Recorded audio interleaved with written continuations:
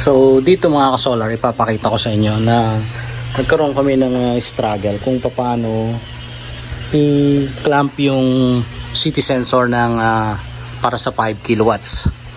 At meron tayong ginawang adjustment dito na kung sakali talagang impossible, hindi nga posible na magkaroon tayo ng yung close clamping ng ating city sensor, ay kakailanganin natin ang malalaking clamp. So ito yung ginamit natin, Istron yan, city sensor, at nasa 200 amperes yan over 40 milliamperes. At madali lang naman computein yan kung i-adjust nyo, kasi pagka yung normal na yung kulay white na medyo maliit lang at hindi nga kakasya rito, kung yung normal lang na yon, ang size nun ay nasa 2,000:1 yung ratio. Unlike dito, medyo magko-compute ka lang ng konti, kasi yung 40 milliamperes, i-divide mo yun sa 1,000. Tapos pag nakuha mo na yung result nun, yung 200 over ng point yung 5,000, no? So papakita ko sa inyo yung settings sa DEA inverter mismo.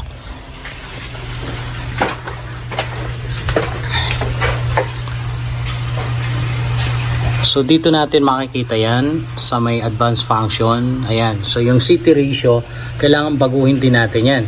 At kung makikita nyo, nasa 5,000:1 dahil nga dun sa computation na ginawa natin.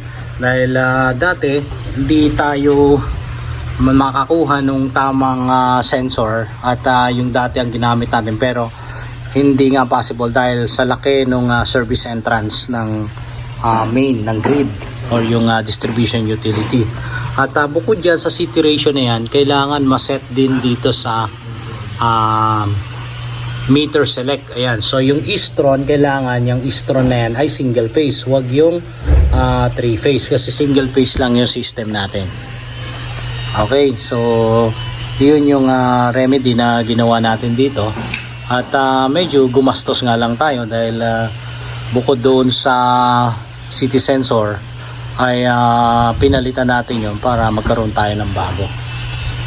So ayun, yun ang ating city sensor trivia kung paano gawin. So kung magbabago ka ng city sensor, kahit anong city sensor ang gamitin mo, basta kailangan tumama ka doon sa computation na nire-require dito sa city ratio.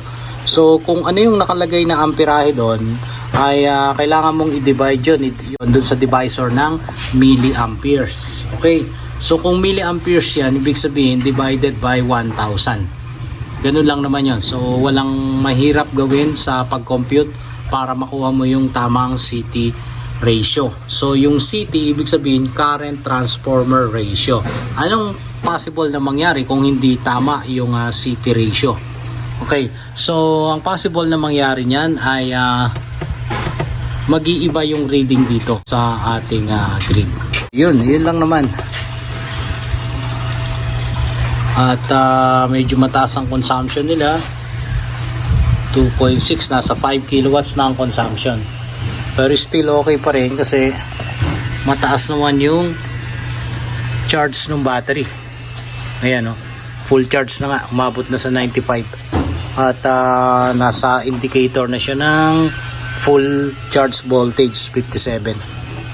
Okay, so 96% ang charge ng battery natin.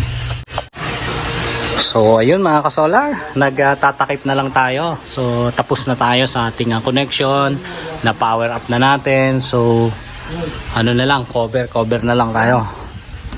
At isa-isayin natin, ito yung mga galing sa solar panels, PV1 and 2, 3, 4, at ito yung mga batteries, at ito yung dalawang inverters, Yes sir, ilan na sir? Ayan.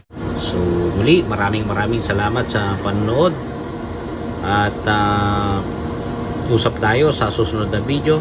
Hanggang sa muli, ang inyong ka-solar, si Solar Reyes.